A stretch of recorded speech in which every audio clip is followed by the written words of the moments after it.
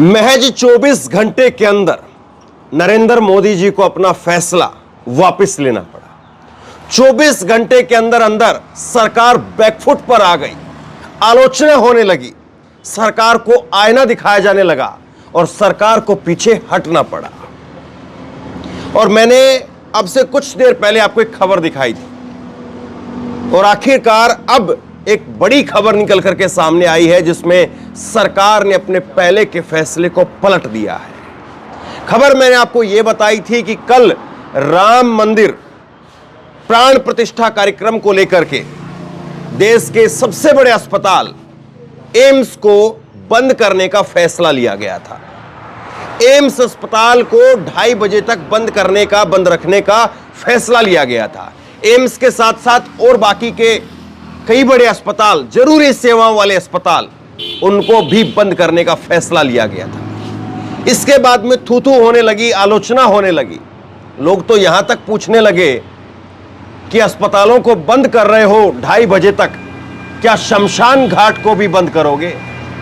क्या शमशान घाट के मुर्दे भी अब इंतजार करेंगे कि कब राम मंदिर की प्राण प्रतिष्ठा होगी और उसके बाद में हमें अग्नि दी जाएगी? ये सवाल खड़ा होने लगा। लेकिन अब सरकार अपने उस फैसले से पीछे हट गई है और सरकार को आखिरकार कहना पड़ा कि एम्स की सुविधाएं, ओपीडी की सुविधाएं वो जस की तस जारी रहेंगी।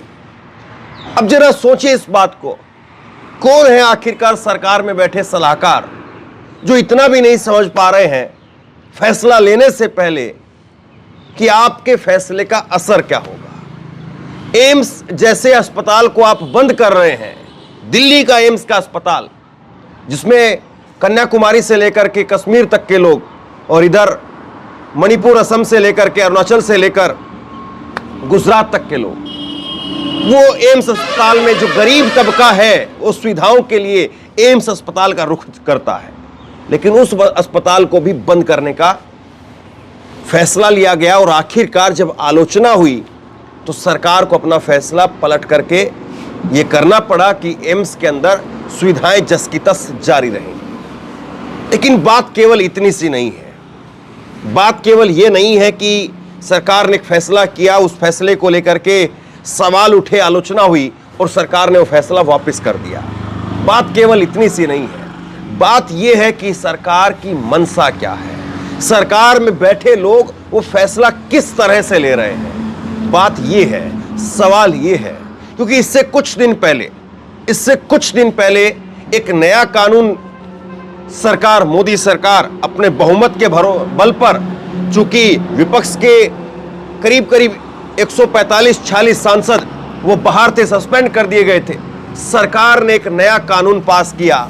मोटर व्हीकल को लेकर के नया कानून सरकार लेकर के आई और उस कानून में यह था कि अगर किसी की दुर्घटना में, उस दुर्घटना के बाद ड्राइवर भाग जाता है तो उसको 7 लाख रुपए और 10 साल की जुर्माने की सजा जो है सुनाई गई। लेकिन जैसे ही लोग सड़कों पर आए, आनन फानन में सरकार को वो फैसला भी वापस करना पड़ा। तो आखिरकार कौन लोग हैं जो सरकार में बैठे हैं जो इतना भर भी दिमाग नहीं लगा पा रहे कि आप जो फैसला ले रहे हैं उस फैसले का असर क्या होगा, उस फैसले को लेकर के जनता की प्रतिक्रिया क्या होगी? और वो कौन लोग हैं जो लगातार सरकार के इस तरह के फैसले लेने में सहयोगी हैं? क्योंकि कहा तो ये जाता है कि मोदी जी जब काम करते हैं या मोदी जी ने जो कुछ किया है तो अच्छा ही किया होगा। लेकिन ये थू-थू यहां पर क्यों होती है, ये जग हसाई यहां पर क्यों होती है? ये सबसे बड़ा सवाल है। और अब सरकार ने कहा है कि वो एम्स अस्पताल को खोलने का काम करेगी। दरअसल ये सरकार में जो बैठे लोग हैं या मोदी सरकार में, क्या उनकी सोचने समझने की शक्ति वो खत्म हो गई है, कम हो गई है, या फिर वो ये सोच रहे हैं कि हम जो फैसला लेंगे उस पर अब तालियों के अलावा और कुछ नहीं मिलेगा और जब राम मंदिर का निर्माण हो ही रहा है तो ऐसे में कोई कुछ भी बोले, अब तो जो हम बोलेंगे उसी पर जय जयकार होगी। इस फैसले को आप इस तरह से भी समझिए, इस फैसले को आप इस तरह से भी समझिए कि यह फैसला कहीं ना कहीं एक संकेत यह भी है कि इस माहौल में जब पूरी तरह से मंदिर को लेकर के राम में माहौल दिखाया, बताया, सुनाया जा रहा है, उसमें भी अगर जनता चाहे तो जनता सरकार को पीछे धकेल सकती है। अगर सही तरीके से सही बात को कहा जाएगा तो वो बात सुननी पड़ेगी।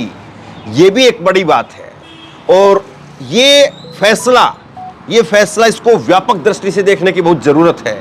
ये फैसला कहीं ना कहीं ये संदेश भी दे रहा है कि सरकार को लेकर के या सरकार में बैठे लोगों को लेकर के या सरकार की जो गतिविधियां हैं उसको लेकर के जो लोग ये कह रहे हैं कि नहीं, अब मोदी सरकार को कोई छू नहीं पाएगा, अब मंदिर का निर्माण हो गया है और इसलिए कोई कुछ बोल नहीं पाएगा, ये उसके ऊपर भी करारा तमाचा है कि जनता को आप अनसुना करेंगे तो फिर आपको जनता आपके ठिकाने भी लगा देगी। सोचिए, वरना क्या यह मुमकिन था कि राम मंदिर के उद्घाटन से ठीक 24 घंटे पहले मोदी सरकार इस तरह का यू टर्न ले? क्या यह मुमकिन था? क्योंकि कोई नहीं चाहेगा, सरकार में बैठा कोई व्यक्ति इस बात को नहीं चाहेगा कि जरा सी भी, इतनी सी भी कहीं पर थू-थू हो, कहीं इतनी सी भी बात उठे जिसको लेकर के मोदी सरकार का जो इस वक्त में आभा मंडल तैयार किया गया है, जो माहौल तैयार किया गया है, उस माहौल पर डेंट लगे। कोई इतना सा भी नहीं चाहेगा। लेकिन उसके बावजूद ये फैसला हुआ तो ये कैसे हुआ? सवाल फिर ये भी उठेगा कि क्या अब ये मान करके चला जाए कि सरकार को कम से कम इतनी समझ जरूर इस फैसले के बाद में हो रही होगी कि अगर आप कुछ इस तरह से फैसला लेते हैं जो जनता को पसंद नहीं आएगा, तो भले ही राम मंदिर बने या भले ही कुछ और बड़ा कार्यक्रम हो या भले ही आपकी वाहवाही का दौर चल रहा हो, आपको पीछे हटना पड़ेगा, आपको चीजें बदलनी पड़ेंगी, आपको लोगों की सुननी पड़ेगी। और ये कतई एक तरह से ऐसा फैसला लिया गया था जिसको लेकर के लोगों ने ना केवल लिखा, बोला, बल्कि सरकार को पीछे हटने के लिए मजबूर करना पड़ा। और सोशल मीडिया पर तो लोग कहने लगे कि अस्पतालों को बंद कर रहे हो तो क्या शमशानों को भी बंद करोगे? क्या शमशान घाट के मुर्दे भी वो इंतजार करेंगे कि कब प्राण प्रतिष्ठा हो जाए और उसके बाद में हमारे मृत शरीरों को अग्नि दी जाएगी? कि किस तरह की जो है वो सरकार में बैठे लोगों की इस वक्त में मानसिकता, जरा सोचिए। सिस्टम नहीं, सीधे तौर पर मोदी सरकार को आप समझिए। सिस्टम कह करके उस बात को डाइल्यूट करने की जो इस वक्त में जो पत्रकारिता चल रही है, उस पर सीधा सवाल, सीधा जवाब होना चाहिए। दूसरा, आप इस बात को ऐसे भी समझिए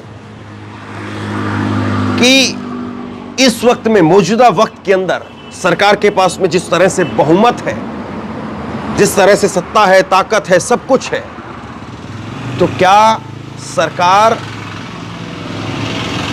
जिस तरह से एक हाथी की तुलना की जाती है कि एक मदमस्त हाथी के तरीके से चल रही है? बहुत सारे सवाल जो इसको लेकर के खड़े होंगे। और सवाल ये भी खड़े होंगे कि क्या अब सरकार को कम से कम इस बात की समझ आएगी कि चाहे वो किसान आंदोलन हो जिसमें मोदी जी को माफी मांगते हुए करीब 378 दिनों के बाद उसको वापस करना पड़ा, 13 महीने के आंदोलन के बाद सरकार को पीछे हटना पड़ा, बैकफुट पर आना पड़ा, और उसके बाद में ट्रक ड्राइवरों ने जिस तरह से सरकार को पीछे धकेला, और अभी इस फैसले ने, तो ये सारी चीजें क्या ये बताने के लिए काफी नहीं है कि जनता के हिसाब से फैसले कहीं ना कहीं नहीं हो रहे हैं? और सरकार को ये लगता है कि एक बहुत बड़ा आयोजन दिखाना है, और उस बहुत बड़े आयोजन दिखाने के चक्कर में अगर कुछ लोगों का कहीं पर कुछ होता भी है तो कोई दिक्कत नहीं है।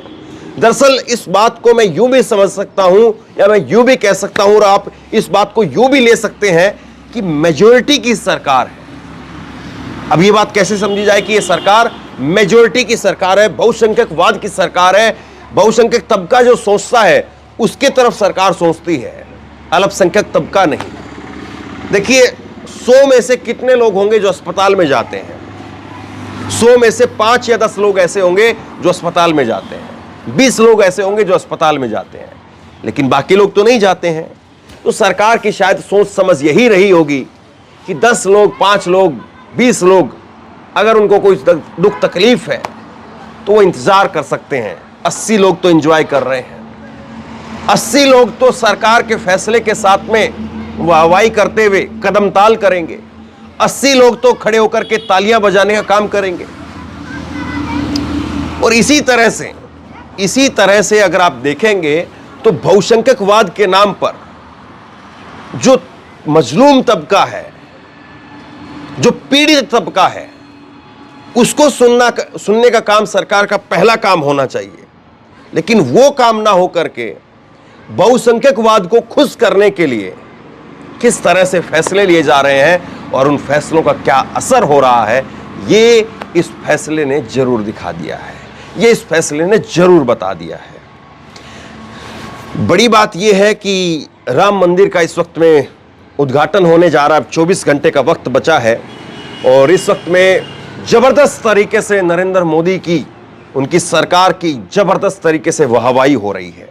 एक ऐसा माहौल, एक ऐसा वातावरण तैयार करने की कोशिश हो रही है कि अब तो बस सब कुछ यही है, लेकिन ऐसा नहीं है।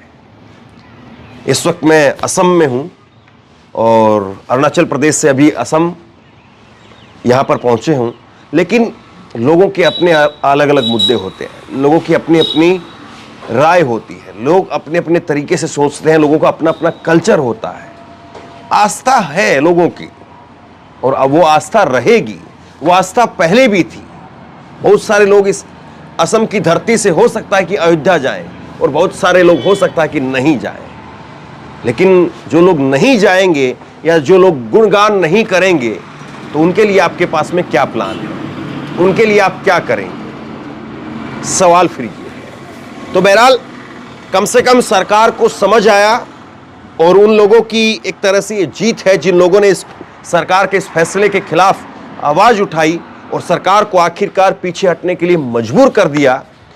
क्योंकि सोचिए, ये फैसला केवल और केवल इसको हम ये नहीं देख सकते कि 2:30 बजे तक बंद रहने का, एक एम्स अस्पताल को बंद रखने का फैसला था, बल्कि हम इसको इस तरह से देख सकते हैं कि क्या सरकार में संवेदनहीनता की पूरी पराकाष्ठा हो गई है और सुनने के लिए जो सरकार तैयार नहीं थी उसको लोगों की शक्तियों ने, लोगों की जो तीखी आलोचना थी उसने पीछे हटने के लिए जो मजबूर किया है।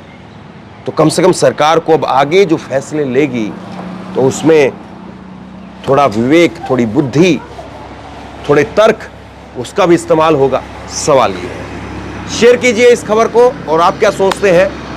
सरकार ने जो फैसला, मोदी सरकार ने जो फैसला अपना वापस लिया है, यू टर्न लिया है, इस पर आपकी राय क्या है? नीचे कमेंट बॉक्स में अपनी राय लिख करके जरूर बताइए।